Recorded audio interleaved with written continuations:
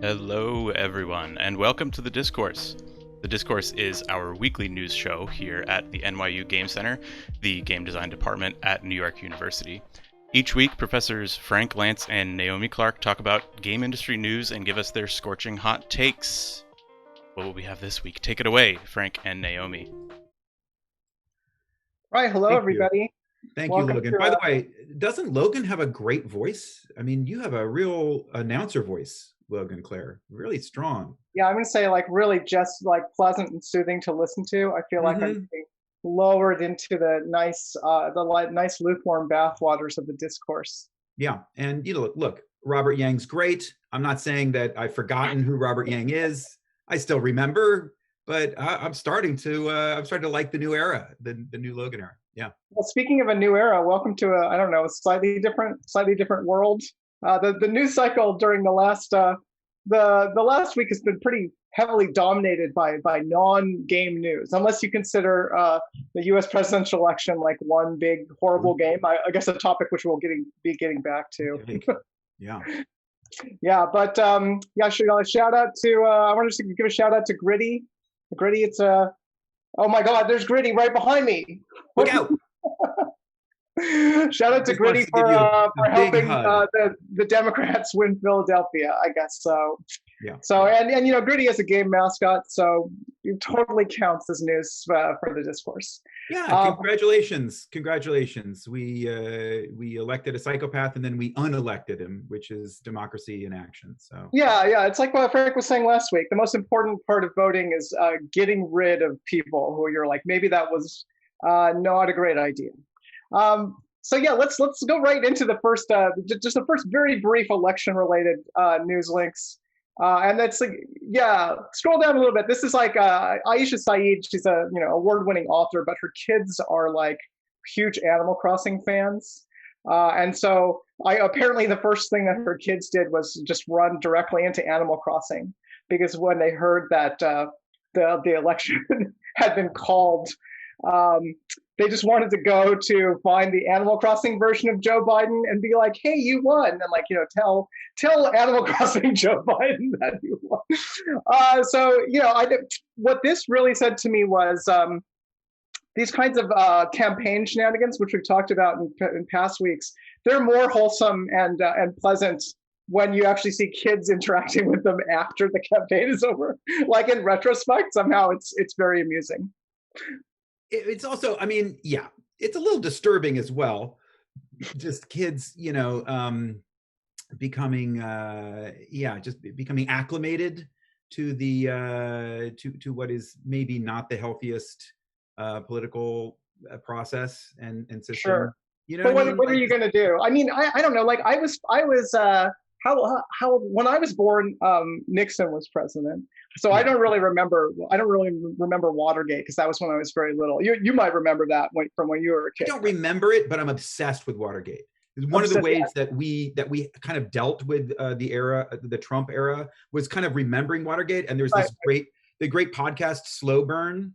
The Slow Burn, the second season was about Watergate, and maybe the first season was about Watergate. Is really great deep dive, and so yeah, I'm kind of obsessed with it. All the President's Men, great movie.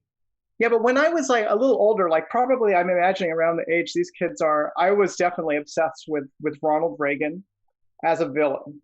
And yeah. I believe that Ronald Reagan's sidekick was Richard Nixon.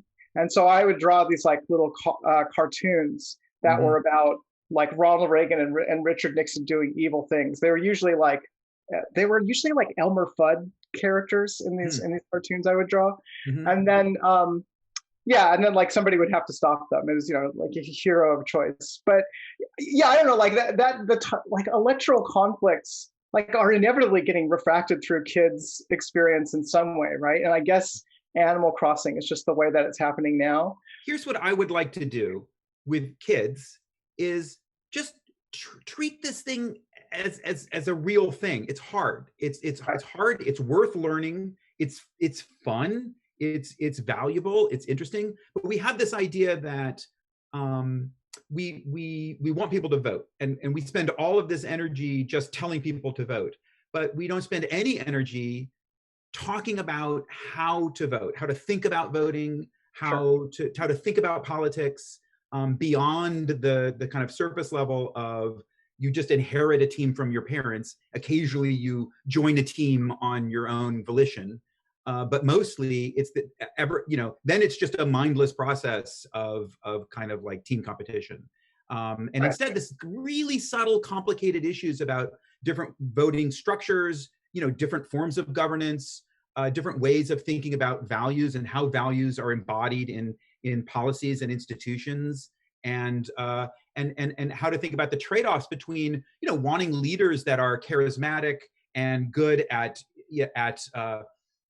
inspiring you and kind of like demonstrating certain values versus wanting leaders that are effective at hammering out compromises and the kind of nuts and bolts of effective policy. And all of these issues, we just need to kind of like deal with them more directly with our kids, Right. No, so, I mean, I think these are tough issues. I mean, I don't disagree. It makes me wonder, like, what's the right kind of introduction, right? Because for me, and probably I'm imagining for Aisha Saeed's kids, they're a Muslim family.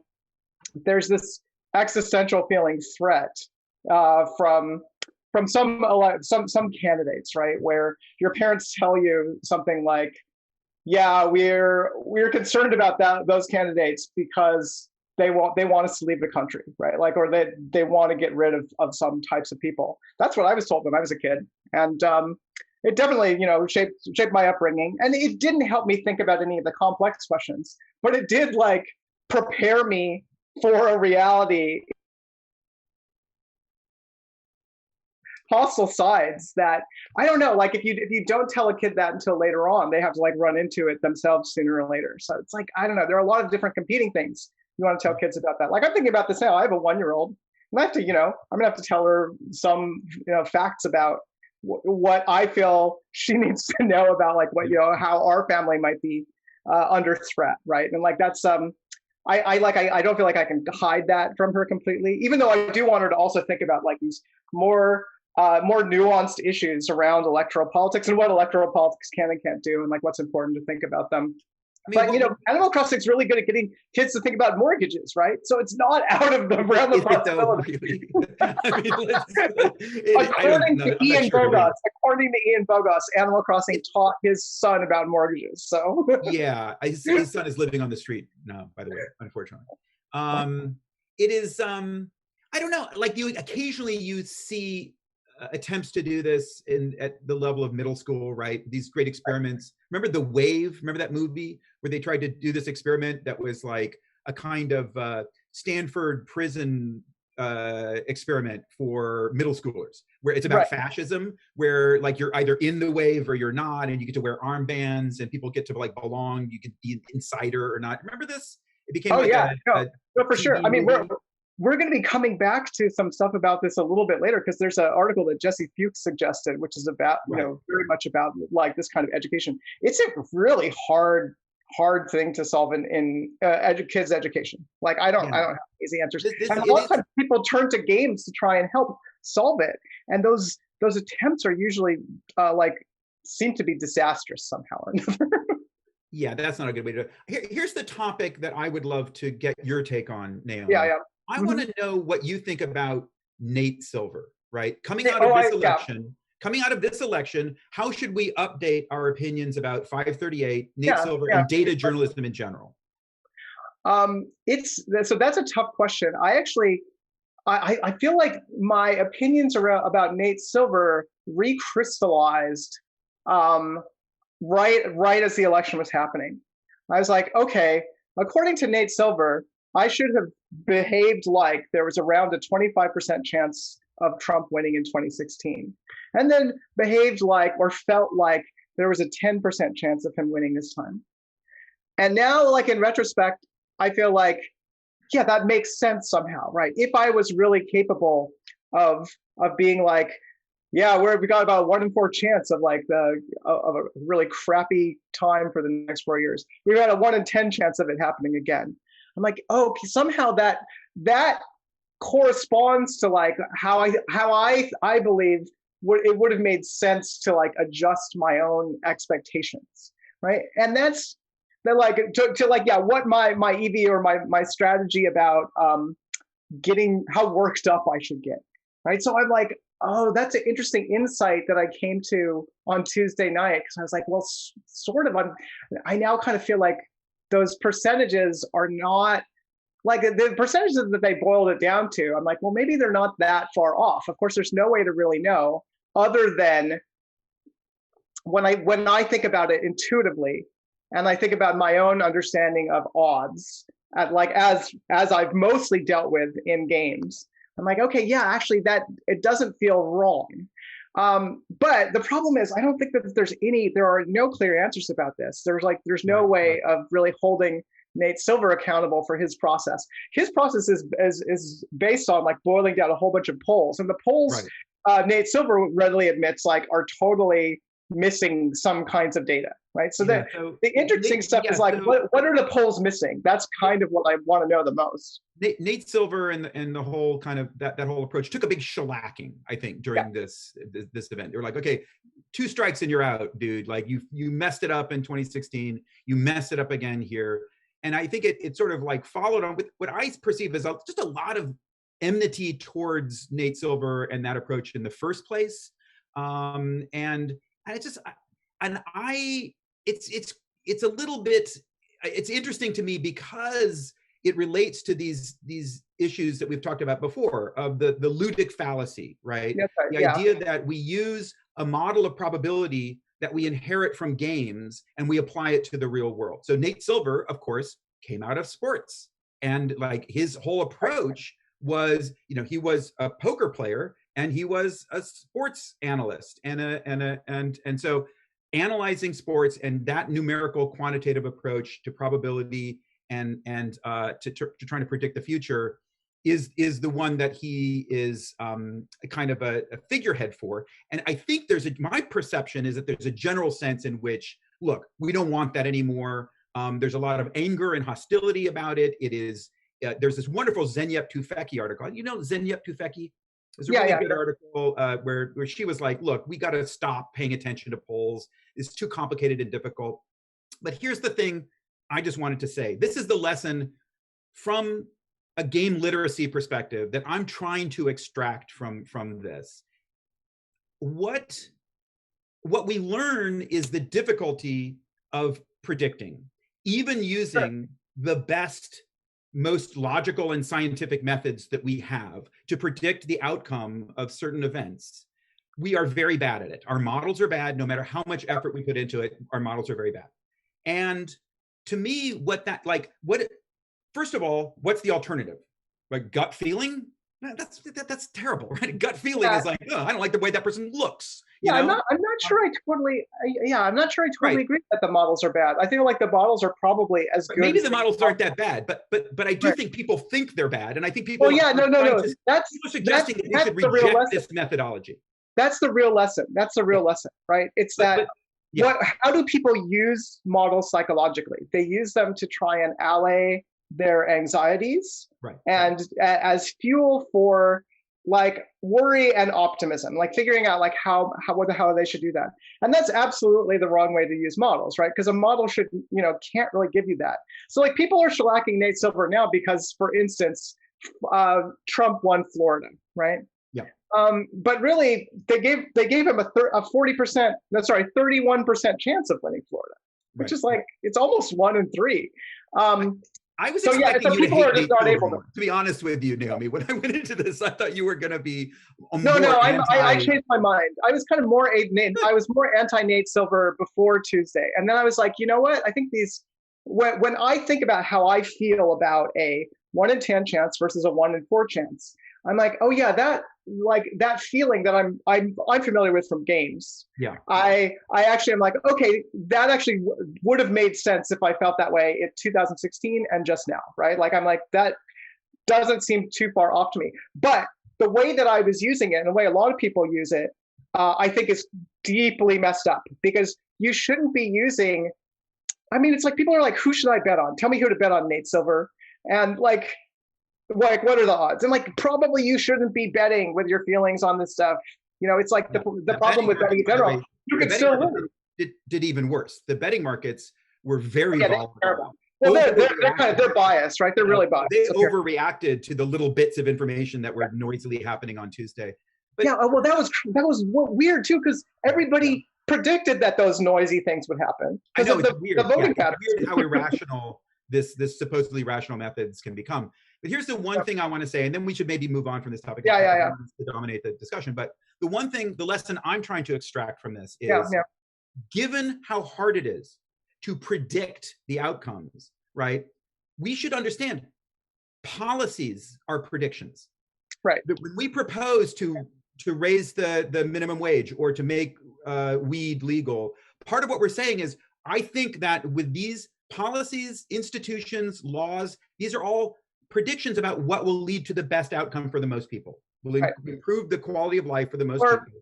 Yeah, or rebalance create some redress or something like that. Yeah. They're also an expression of our values, but many of them are not just, oh, this is a fundamental thing that we should do. Many of them are, no, we truly think that by changing this law or tweaking this number, it will lead to a better outcome. So now that's the lesson we should learn. Knowing how difficult that is to do.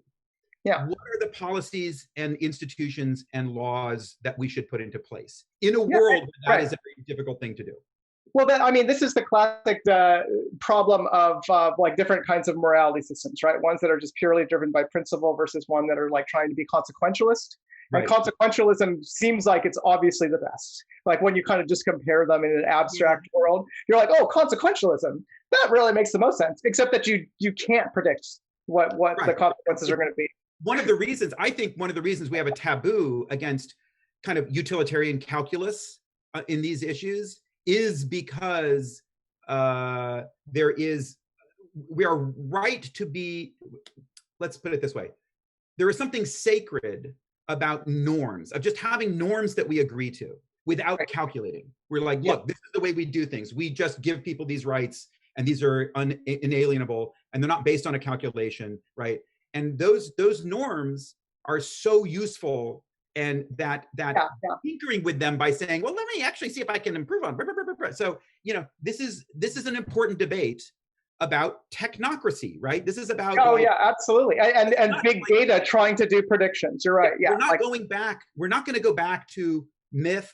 We're not going to go back to the reign of kings where you inherit power. We're not going to go back to just like who's the strongest. And we shouldn't just go to like who's the most popular or who's the most charismatic, right? We should have some method, but at the same time, we are right to be suspicious of technocracy, right? There is something scary and bad about it. So it's a dilemma, and I do think that game designers and game people and people like Nate Silver, right, who are coming out of that world of games, out of games, have a responsibility to help us like figure out what are those ways of talking and thinking about predicting and how that relates to policies and institutions and laws. Right. I think we would be in a lot better place with, dealing with this data if everyone had more practice feeling like, what is it like to have an 80% chance of survival in XCOM and then just get killed, right? Like just lose one of your hard-won characters. Because that's actually the parallel that I saw a lot of people drawing on Twitter. They're like, 80% chance, that's nothing in XCOM. I wouldn't go near that. I would be terrified. And like those people kind of get how bad 80% is. Naomi, do you know that there's some non-0% chance of thermonuclear destruction of the planet? The nuclear war every year. It's over. It's like maybe like 1%, 2%, 3%. Sure, and not to mention the AI apocalypse, right? So that also requires thinking about very, very small numbers, right? Yeah. And it's But there's so many moments happening, right? Of course, they're over and over again, right? So anyway, no, for sure. I'm just mostly I'm just relieved and happy to be out of the era of Trump. It's just and as people as Gabe and Robert are pointing out in chat, like XCOM lies about this, Civilization lies about it. That's part of the and you know what? The government lies about it too. Exactly. If we put Sid Meier in charge of this, he's gonna fucking treat us. He's gonna treat us like babies, because that's the Sid Meier approach. It's like, oh, make the odds match the delusion that the player has about how randomness works. Right? And I don't think that's a good solution. Right. So it's not. So people are worried that the chance of thermonuclear war is 3% per year, which I think that's way high. Right. It's No like one knows what it is, but well it's not the zero. last yeah well the Future of Humanity Institute calculated, I think, back about 10 years ago that within the century, like but during the 21st century, there's a 1% roughly 1% chance of everyone being annihilated, which is very, very high. What if it turns out the Future of Humanity Institute hasn't been founded yet? Yeah, it's true. It's like it doesn't actually exist. Right. Cool. Yeah. So let's move on. Let's actually let's move along. Speed running. We want to give a shout out to Epitaph. Yeah. So speaking of being killed, chance of dying. Okay. Yeah. What a great tagline. So Epitaph is, first of all, congratulations to the team, just launched, coming out of the incubator. Looks like a great game. I just want to say I love that tagline. So one of the mechanics of this game is that it's a little turn-based tactics game. You have a team of 3, and when one of your team dies, it actually becomes this powerful ghost that has an influence on the battle. So the tagline is, "What kills you makes you stronger." I just think that's terrific. I love that tagline. So shout out to the marketing team of Epitaph. Yeah, and really congratulations for sticking to this. That this was just released like last week. And yeah, they've been working on this game since 2016, right? So it can take a while to get there, but yeah, it looks great now that it's out. Can't wait to play. Put some single player puzzles in there. That would a great way to exactly think about the game. I just right, because it's one of the challenges of this game is like understanding the rather unusual lineup strategy. And yeah, I think single player training is like exactly what it needs to kind of get more momentum. Congrats to the team. Looks great. All right, let's keep on going. We're gonna go through a bunch of links. So this is one that came. Next one, yeah, you have to explain this. Came over Twitter, someone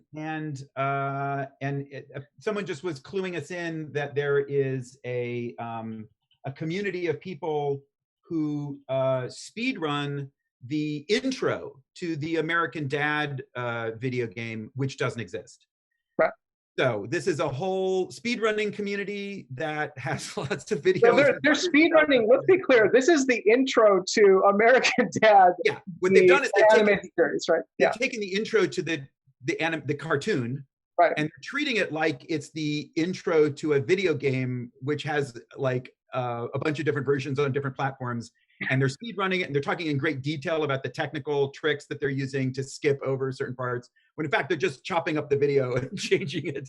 Yeah, I don't know. Like I this makes me laugh so much when I watch these, because it's both.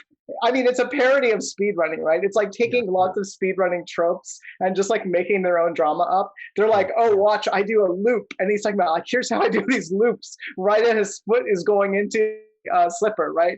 And it's just doing it in this imagined performance of a speed run. I don't know, there's something just there's a lot of talk about when you pick up the newspaper. Yeah, if you pick up the newspaper, if you get this frame perfect thing, it'll load without the texture loading, and then you can use that to skip to the car. And then my favorite part of this, and I think Robert will appreciate this, is that they say, "Look, when we get back there again, it's actually the end screen flag. This is not the loading screen flag. It's actually the final screen that from the ending of the game."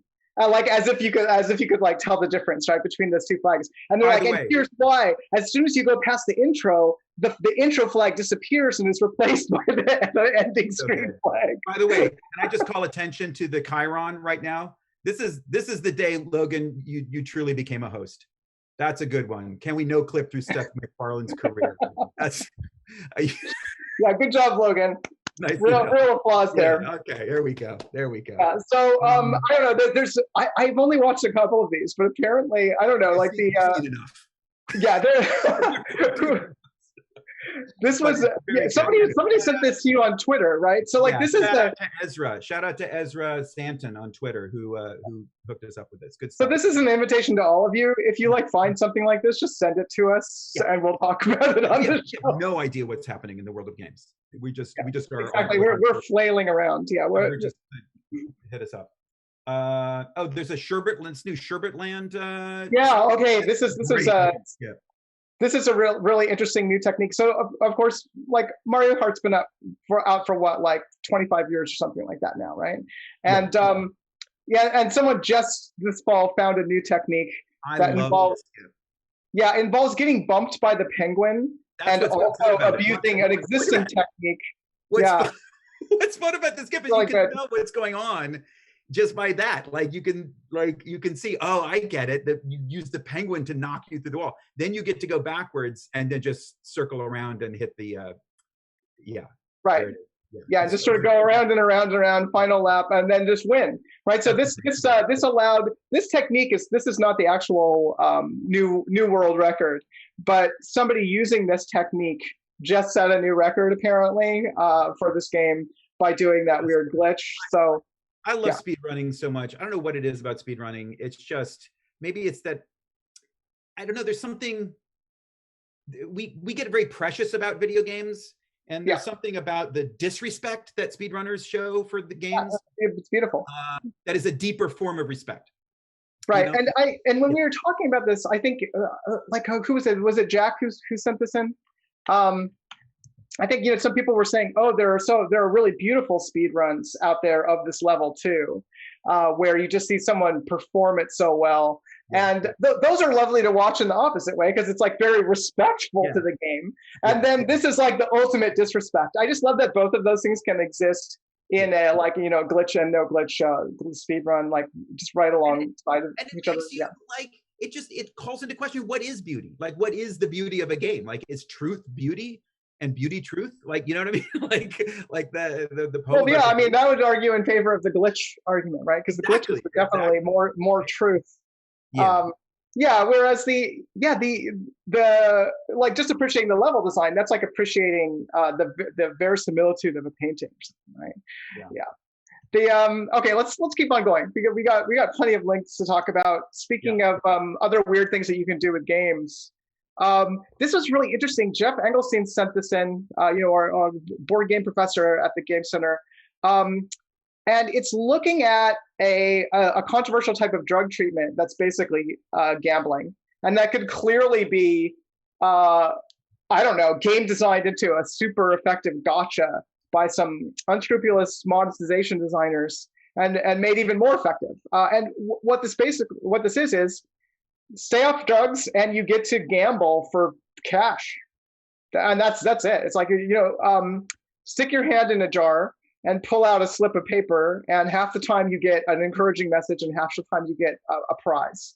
So what this is, so there are a bunch of potential objections you could have to this, like, well, is this patronizing? Is it encouraging people to gamble instead of being addicted to substances?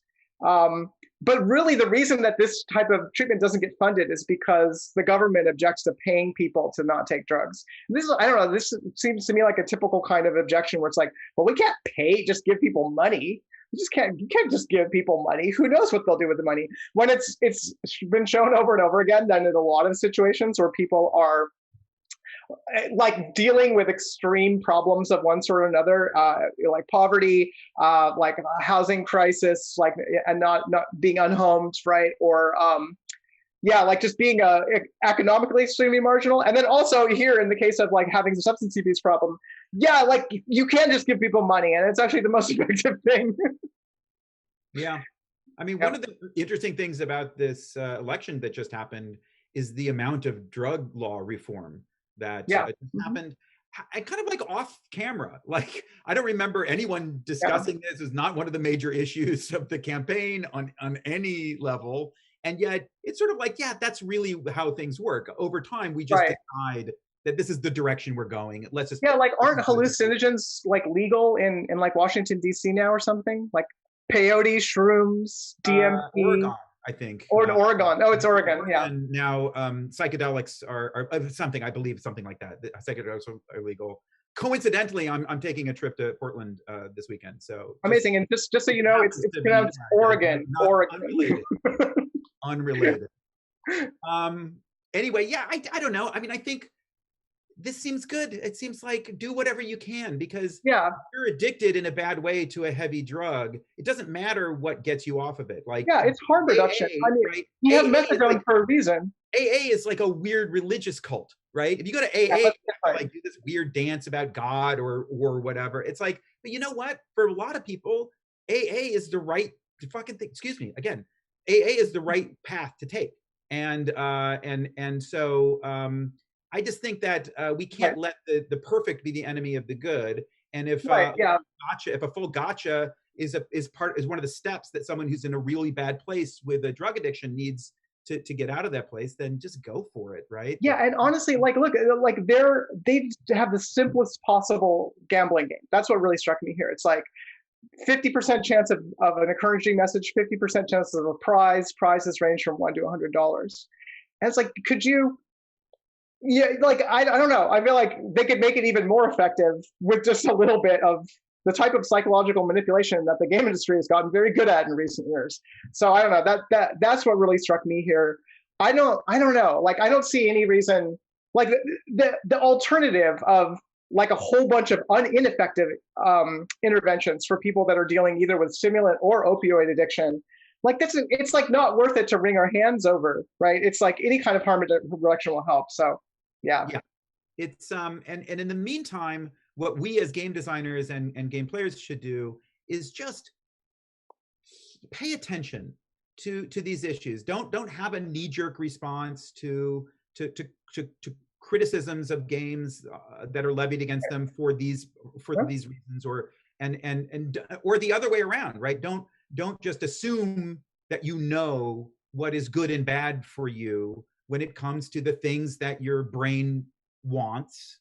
Like, it is a hard problem and a hard question, and one of the things that game design is about is wrestling with these questions, right? Is like understanding like how to get in there and in a way that doesn't destroy people's lives.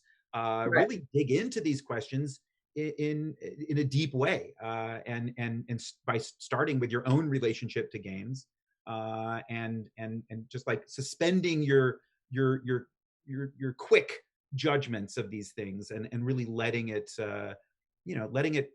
percolate. Speaking of these types of incentives, it's been proposed in chat, I think by Milan, that we have a swear jar. So every time you say the F word, I will put $2 in for today. I apologize to everybody for my $2 have gone into the swear jar. See, I think that's the most game-like option, is to actually just use it as a revenue generating. I don't want to double or nothing.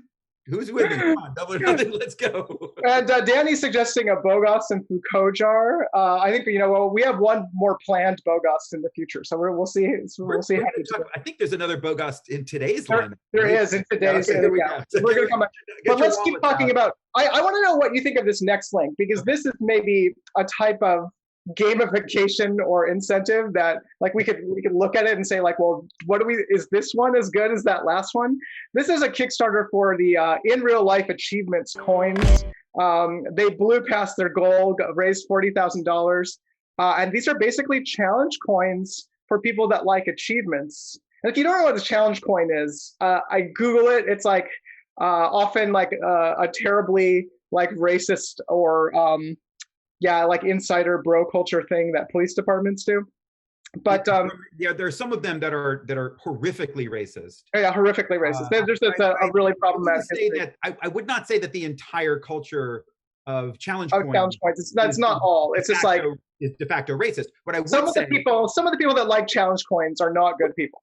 Yeah. Right, but what I would say, it is de facto. It is coming out of military culture. Right. That's right. It is coming out of kind of like police and military culture. So it has that legacy. And I think the reason that it has this kind of like stink to it that people find is that it's coming out of that culture in a way that makes people uncomfortable. But I don't think that there's anything intrinsically wrong with it. I think as a cultural hobby or whatever this is, like as a kind of habit in certain communities, there is something kind of weird and cool about it. There's a reason why people who like challenge coins like them. Basically the way they work is that there are things you carry around, and someone can at any point ask you to produce it, and if you can't produce it, then you get zinged or something. But it's like the Zima. Remember when people had to carry Zima around, and then Simon Ferrari would like challenge you to drink a Zima? Remember when this was the thing a few years ago? Oh yeah. Was it Zima? Chat, help me out. Was there like a Zima challenge where you could offer someone a Zima? It was definitely like, again, kind of like a bro culture thing. It's like that Are You Playing game. Are you playing? Remember that? What was that called? It's that idea. It's that idea. Yeah.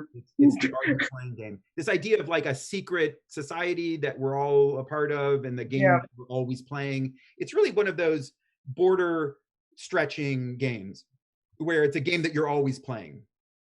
That's I think what makes it kind of fun and interesting.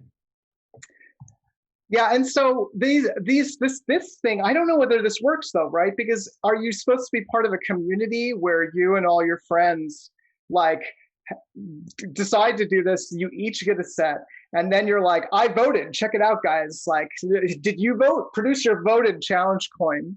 Like, no, I don't quite get it. Yeah, I'm not sure if they've thought through the logic of it that carefully. I don't know. Right. But this does work. This is maybe more for people who are just like, I don't know. This seems like it goes for the people who buy loot boxes, right? Like, and I mean the physical loot boxes where you get something in the mail that's like, here's a bunch of stuff that you mail ordered with your surplus income. And this, I don't know, it's like a new thing where like, oh my gosh, I get to open up this advent calendar like system because I finished reading a book, because I voted, because I achieved my weight loss goal. I don't know, like this. I don't know. This seems like something Jane McGonigal would like. I think she would be thumbs up on this because it's essentially it's inherently dorky and it's inherently suspect because it's coming from a different tribe than ours and a different culture than ours. So there's all sorts of reasons to be suspicious of it, but it's also like, I don't know, all games are dorky and there is, you know what I mean? Like, I don't know. I think so there's a way in which maybe this is just fine and you're just indulging the infantile desire to open packages and see the prizes inside. Right. Yeah. So like that's definitely operative. I have no problem with that. I guess I'm always worried that like when I think about like, well, games are dorky, that makes me more worried about when they intersect with topics like like presidential elections and slavery, like another thing that we may get to this week, because it's like, well, are there problems when the dorkiness infects these like other more serious topics? I don't know. Dorky all the way. It's too. You're right. It's too late. Let's go ahead. I think we've given enough attention. Yeah, we gave enough time. This one is also maybe quick. Like speaking of gambling and gamification. I guess there's now a small problem, although I don't know. This is Business Insider launched an investigation into this. I'm not clear on how many kids are doing this, but it looks like there are kids that are definitely losing lots of money on sites where they're wagering on their own Fortnite matches. Thanks for breaking this news. Welcome to 2017, Business Insider. I don't know what you're inside of, but it's not like kids have been gambling on games. Like, do you remember the skins Oh yeah. Counter-Strike skins. We've talked about this before. Counter-Strike skins was a multi-billion-dollar industry, Naomi. Right. Billions of dollars a year on this stuff. So it's not like you're not breaking news here. Like the fact that it's happening a little bit in Fortnite and whatever is right. Well, this is the new wave of sites though, which they're operating in a slightly different way. They're not as like illicit as the very large but somewhat underground skins thing, right? Like these are websites operating out in the open. They're like, we're not gambling sites at all. These are all skill games, which is, I always love that argument, right? Like what constitutes a game of skill? And so now they're like Call of Duty and Fortnite. They're games of skill, but like for sure. And so that's how they're getting around that regulation. And then Danny is also pointing out that they're winning court cases because like you can get their virtual currency for free if you email them. So, and that's the same way that like McDonald's got around their Monopoly games being gambling, right? So gambling will always find a way, I guess, is what I'm taking away from this. There is something so primal and so deep in the human desire to know what the outcome of this uncertain event is going to be, right? When you are playing a game of Fortnite, that feeling, that tantalizing feeling that you could win or you might win or you should win or that you have an edge and that you can exploit that edge, it's deeply related to the desire that we first had when we rolled knucklebones to have God speak to us and explain to us that we were good and we were chosen, and then the fact that it's tangled up in a question of skill, that just makes it more deeply confusing, The idea that you don't really know what your edge in a game of Fortnite Right. is, right? Yeah. Or you have to believe in yourself, right? Like they're allowed to bet on your own games on the site. That's one of the sort of weird, beautiful things that I think actually maybe appeals more to kids. Like, because I don't know how many kids want to bet on their friend winning Fortnite, but they would absolutely bet on themselves winning Fortnite, right? But it's like, again, this is the thing that we're not really sure how we feel about betting. We're not really sure how we feel about gambling. You know, it's a thing we tolerate and even celebrate in some ways, but it's also a taboo.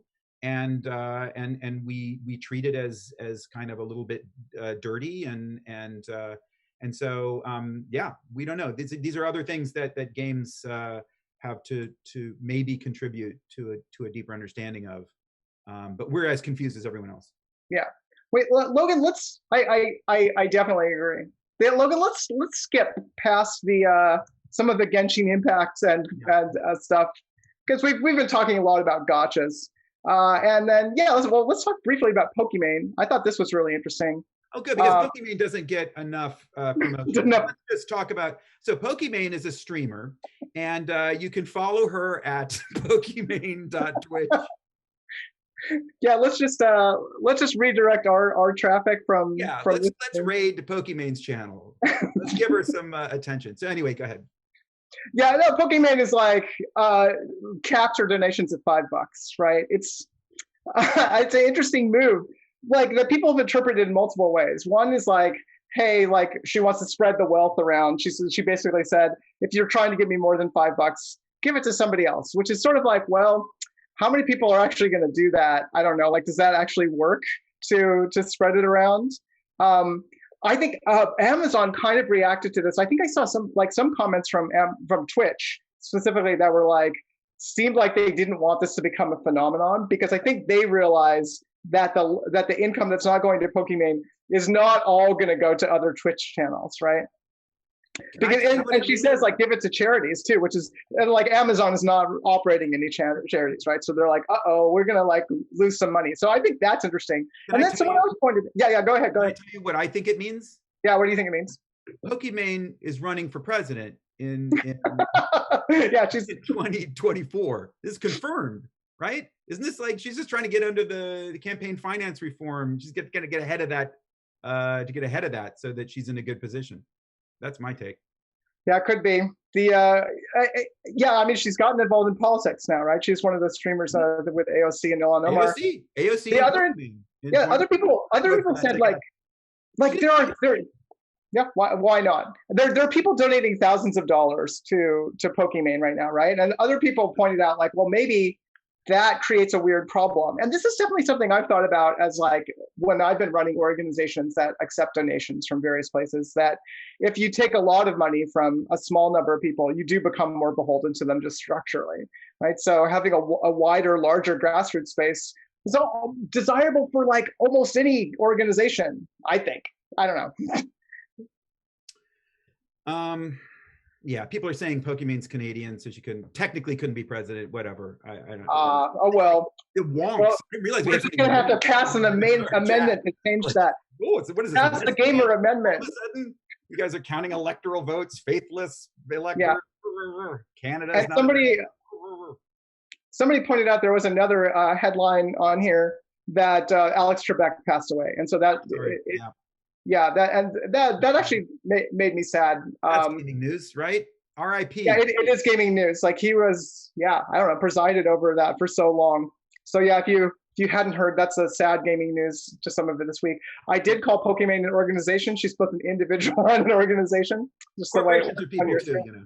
Yeah, corporations are people. Is she also a hologram?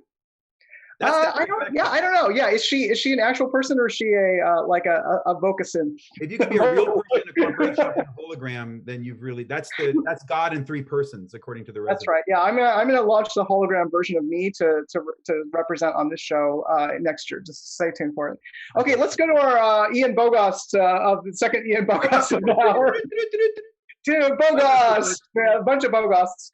Ian Bogost made a spicy claim this week on Twitter, that the Electoral College is what you get if you let a tabletop board game designer create an election process.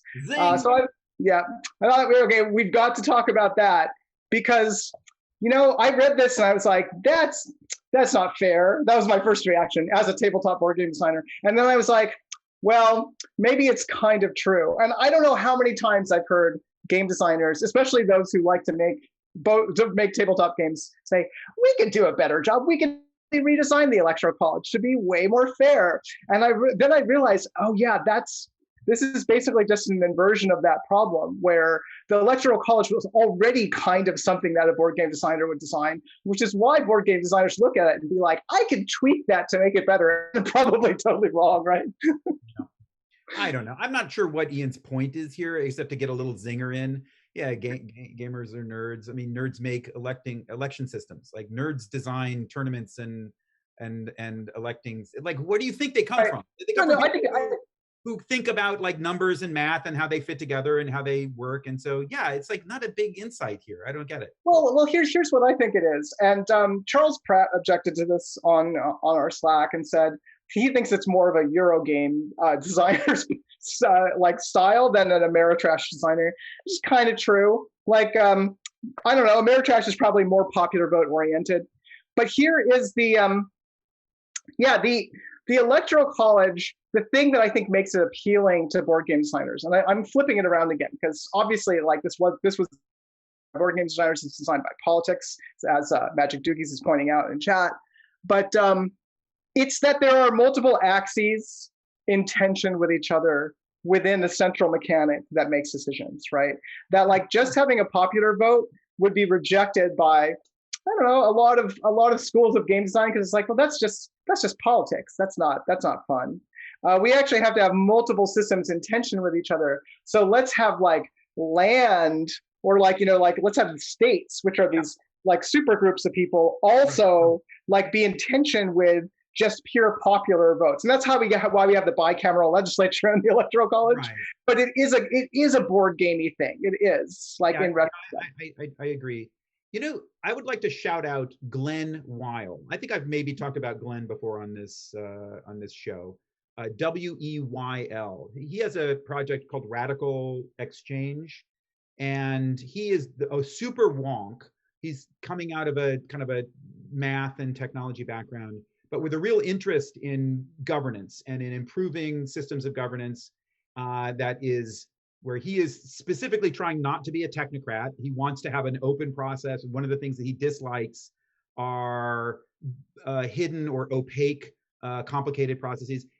A lot of the things he suggests are really interesting. So if you want to look at what a smart board game designer might do with some of the systems that are currently in place, that are alternatives to our current political system and our current economic system. Like, he has ideas like quadratic voting is the thing that I don't understand. Right. I don't quite understand. He's super into quadratic voting and other kinds of like ways of thinking about property and tax and things like that. Reminds me a little bit of Elizabeth McGee and her kind of Georgist.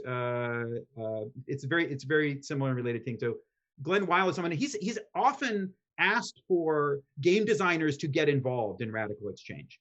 He's like, hey, I want to work with game designers and other creative people to like think through some of these issues. So I encourage people to seek him out. I think he's really interesting, and look at some of the stuff that he's doing in his group and get involved maybe. Yeah, I think it's an interesting thing to tackle. I don't know. I do worry about the ludic fallacy taking over, as you were saying before, but like, I think that has application here too. Imagining that it's a simple design problem, right? When really it's as complex as the entire world. But yeah, I don't know. I think there's something that goes back to that earlier Nick Silver conversation we were having, right? Like, what do people think quadratic voting is? Like, if you actually do experiments with it. And I know that experiments have been done on this stuff. But like, what would happen? Like, we see what happens if we just throw predictions out to the world in advance of elections. Like, all sorts of weird stuff can occur. And then if we then furthermore, like, through, like, the way I understand quadratic voting is you're not just voting, you're saying like how much you want it. So you have to express like you get a certain number of votes, right? Yeah. And if you want it really bad, you have to like spend way more of your votes. And that's the quadratic part. Yeah, like, you can vote as many times as you want for a particular policy or candidate, right, but each one each extra vote increases the number of resources that you're spending to cast that additional vote. So it causes you to think, to vote less about, oh, I'm picking one thing and going all in, and more like, okay, I really want this, and I'm willing to pay to influence this outcome. But these other ones, I can have a bigger impact. If I think about these other issues, I can use these initial resources. It encourages people to get to think more about different things and not to just be like, oh, I'm all in on this one tug of war, right? In which case everyone's spending their resources on one thing that isn't really moving. This encourages people to think about the whole range of different policies that they could impact. Right. Yeah. I think it's interesting, but I have no idea, as a game designer, I have no idea what would happen if you threw that out there, like, into the wild, right? It's just so unpredictable. There's so many social dynamics involved in quadratic voting. Like, actually, I think it's been found to encourage vote trading and weird things like that, right? There's so many unpredictable dynamics that we can only really answer that by doing bigger experiments. So we'll just have to see. Okay, what's next? Let's keep going. We really wanted to get this. Watch Dogs Legion. All right, so this Ubisoft removed one of the podcasters from Watch Dogs Legion, and the podcaster was removed as Helen Lewis, who plays a character named Helen in the game. And Ubisoft is like, oh, they're not really playing as themselves, but her name is also Helen in the game. But they were given a script that's by the Watch Dogs Legion writers, where they're talking about like this upcoming revolution that you're trying to promote in Watch Dogs Legion.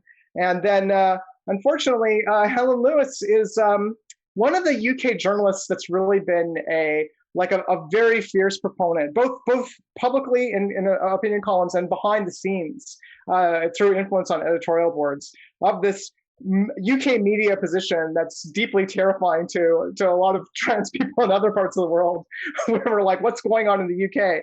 That's basically like, please get trans women out of public bathrooms. This is basically what I would describe their agenda. And so she has this reputation as being transphobic, right? And so then Ubisoft was notified this and immediately was like, we're pulling her out. And so PC Gamer is attributing this to Ubisoft's year of controversy because they've gotten dinged for, I don't know, being headed up by extreme sexual harassers and other stuff, right? So they're like, oh, Ubisoft can't afford any more trouble, so they just like pulled this person out and canceled her out of Watch Dogs Legion. There's been some backlash, not that much, honestly. There's too many other things going on, but I have to say, like, I may have inadvertently contributed to this one, right? And that's part of the reason why we're going to talk about it. As soon as I heard about this, I was like, oh, not that woman. I was going to play Watch Dogs Legion. I really wanted to play this, so I just messaged Clint Hawking, who follows me on Twitter, and I was like, Clint, get rid of this lady. And then she disappeared. So I don't know. Here's the lesson for this one. The Discourse doesn't report the news. We make the news. You know right, there we go. Yeah, we don't care. And then reporting on the news that we made. As Foucault once said, as Ian Bogost said about Foucault, it's better to make the news than to report the news. There we go. Okay, that's like $5 right into the swear jar. $5 out of Dan. I definitely believe that whoever contracted Helen Lewis, like Ubisoft didn't even hire Helen Lewis, right? That's the answer to some of the questions coming up in chat. Yeah. They got like an external agency to find real journalists who to sign up to do to like read these scripts of podcasts. So like probably like nobody at Ubisoft was even involved in these decisions. It's like so spread out and diffused. But yeah, like the legacy of the GTA radio stations. Remember the GTA radio? Yeah. This is the new version of that, right? Yeah. That was great, but it was also like there's a reason talk radio is a refuge for maniacs and right-wing nuts, and conspiracy theories. Like, and that's the vibe they were going for with GTA, right? Yeah, it's part of the aesthetics of radio to have it be this kind of like weird, kooky place. And right, but now it's podcasters. That's why in Watch Dogs Legion, it's podcasters. there's something very, very strange I haven't quite figured out. Something very Foucauldian about this transition from being a parody of mass media to a video game as a site where the parody has transmuted into the thing itself, and it's just like That's right. weird, like it's doing a podcast in Watch Dogs is now just a transmedia a kind of event, and well, it's very clear they wanted to get real journalists to do these podcasts, but they're fictional podcasts that were written by a writer, right? And so it's this many layers of, and it's almost crying out for somebody to get canceled out of this, right? It's like, oh, you want real people to like spout the opinions that you wrote, and then it turns out that some of those real people are like, she's also super anti-Palestinian, by the way. She's like a really hardline Zionist and also transphobic journalist, right? So all of these like real journalists come with real problems. Is like the result here. I just made a funny joke in chat. I just want to point in out. Latin. Do you made a funny Latin joke? It's no big deal. Yeah, it's whatever. It's very erudite. It's very, very clever. So let's move on. Cave canem. Caveat emptor. Okay, and last thing that we want to talk about, yes, this is like a huge topic. This is, I guess, our recommended long read. It's about the studio that made Oregon Trail. They like really had a very rough. This wasn't their sophomore game, I guess. It was maybe a little bit later, but this is just one of the early games that illustrates the immense difficulty that for some reason keeps happening over and over again of like people trying to make games about slavery. This is illustration. Good question. Zoom in on that illustration. Zoom in on the byline for that illustration. I think it's someone we know. Oh, look at that. Hello, shout out to Chris Kindred. Chris Kindred, yeah. All right, Yeah. Very good. The illustration for this article in Vice. Very nice. Yeah. Excellent. Yeah, so that's not from the game. Like, I guess if you scroll down, Logan, you'll see some very problematic screens from this game, which, the game should look more like that Chris Kindred drawing. Maybe. Yeah, and actually this title screen is like, doesn't look bad. That's good, actually. Is it intentionally like Windows 3.1 looking, the whole thing? Yeah, well, I mean, this is the Windows 3.1 game that they're like talking about. Like, this is not a new game. Oh, this is a new game. I'm sorry.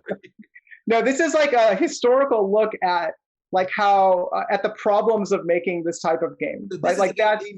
This is a follow-up to the Oregon Trail, right? Like not long after the original Oregon Trail. It's much harder than the Oregon Trail, which I think so. It's kind of amazing. Like if you did a game with that look now, it would be pretty. Yeah, I kind of agree. I love this particular look. It's an Apple II game from 1992, as has been pointed out in chat. Thank you, M. Chitaro. But the reason that it really ran into trouble, like you'll see if you keep on scrolling down through some more screens, Logan, it's this screen, right? So there are characters in this game who, one, because of the way that they're using the Apple II graphics, they end up looking like blackface caricatures, right? And that's like a graphics problem, but also, I don't know, like it could have been predicted. Yeah, trying to capture the accent in text is also problematic. So yeah, that's right. And so they had according to the developers, they had a consultant who was African American who was like, no, you guys have to like try and capture that dialect. And that, I don't know, in hindsight, and this article has some more looking into that. They like talked to some folks about like, well, how problematic is the dialect? And the point is, even if it was accurate, which it's not really, it could still end up replicating racist stereotypes, right? So it's like a very fraught topic. But the fascinating thing to me is that the game industry keeps trying to do this over and over again. Make a game where you are a slave and you're trying to escape from slavery. Like this has been done in LARPs. Actually, there's a whole long history of LARPs. It's also linked from inside this article, by a Black nationalist activist who started doing those LARPs in the 80s. And and then it happens over again. This game that's mentioned right here on the screen right now, Flight to Freedom, was made by some New York area developers at Electric Fun Stuff. And that's also a game that got a huge amount of criticism for how it tries to simulate the escape from slavery. Have there ever been big budget games? Have there been AAA attempts to do? Yeah. Well, it would be Assassin's Creed Assassin's Creed, the DLC. Yeah, was there an Assassin's Creed? Yeah, that was. Somebody remind me of the name of the Assassin's Creed DLC that takes place in Haiti or somewhere, right? that and that also like had some problematic aspects because of the way that like you were getting paid in some weird currency for freeing slaves. I can't remember. It was Freedom Cry is the one I'm thinking of. Thank you, Herbivore. Assassin's Creed Freedom Cry. Thank you, Jessica and Lee Canard Zero. Yeah, and Assassin's Creed Liberation is also has some depictions of slavery, but it's Freedom Cry that has this assassin like running around freeing slaves and then it sort of turns them into currency. Freedom, the Underground Railroad, that board game has actually done a little bit better, although there's been criticism of that game because you essentially play in the role of white activists who are trying to get slaves to safety. So it's not trying to put you in the position of someone who's a slave trying to escape. But it does kind of quantify slaves into these little tokens who are like little brown meeples, and like some of them just get killed along the way, right? Or like more get brought over to be auctioned off. So like there's always some issue that people are going to run into with this, and I don't know. It's another example of my theory that every game about a topic is a parody on some level. You can't make a game about a theme without on some level having it be kind of a parody in a way that it doesn't seem true of drawings, paintings, plays. It seems like games are inherently parodic and reductive, in their attempts to capture the systems of the world and reduce them to kind of knowable systems that we can play with. And there is something deeply sacred about these topics for a good reason, right? That America's legacy of slavery is like this tremendously important, fraught topic that we still haven't figured out how to process and deal with. And so people are going to be, they're going to find something distasteful about games.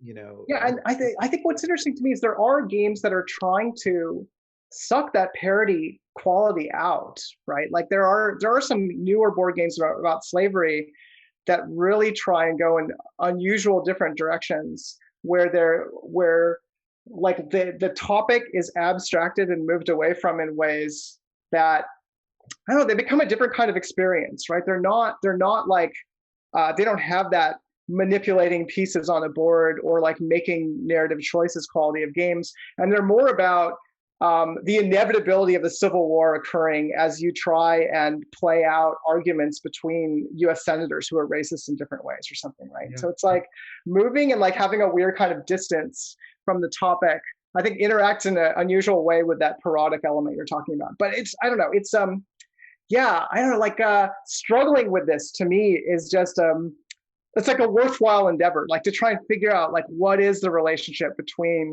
the reality we're portraying and a game. I mean, I think I would love to see a big budget video game that more directly dealt with this, but it would have to be the right team. Do you know what I'm saying? Right. Like, for sure. I want to see that out of Ubisoft. Right. Yeah. It would have to. Yeah. It's a really tricky question. Yeah. I don't want to see it out of Rockstar West or whatever. Like, you know what I mean? I want to see people who have a stake in these issues, given a big budget. And do something, with that. That would be cool. Agreed. Well, we're a little over time, and so we got to wrap it up, right? But so big thanks as usual to Logan for the incredible Chiron game and for hosting us, and to Mirabai Knight. Thank you, Mirabai. Thank you, Logan. Thank you, Naomi. And chat, as always, I thank you the most. Thank you. All right. Thank you so much for tuning in to The Discourse. Once again, your news hosts have been Naomi Clark and Frank Lance. My name is Logan Clare. I was your behind-the-scenes operator. Graphics are by Winnie Song, and captioning was by Mirabai Knight of Stenonite Cart Services. Thanks again for tuning in. That's all for now. We'll see you next week. Bye-bye.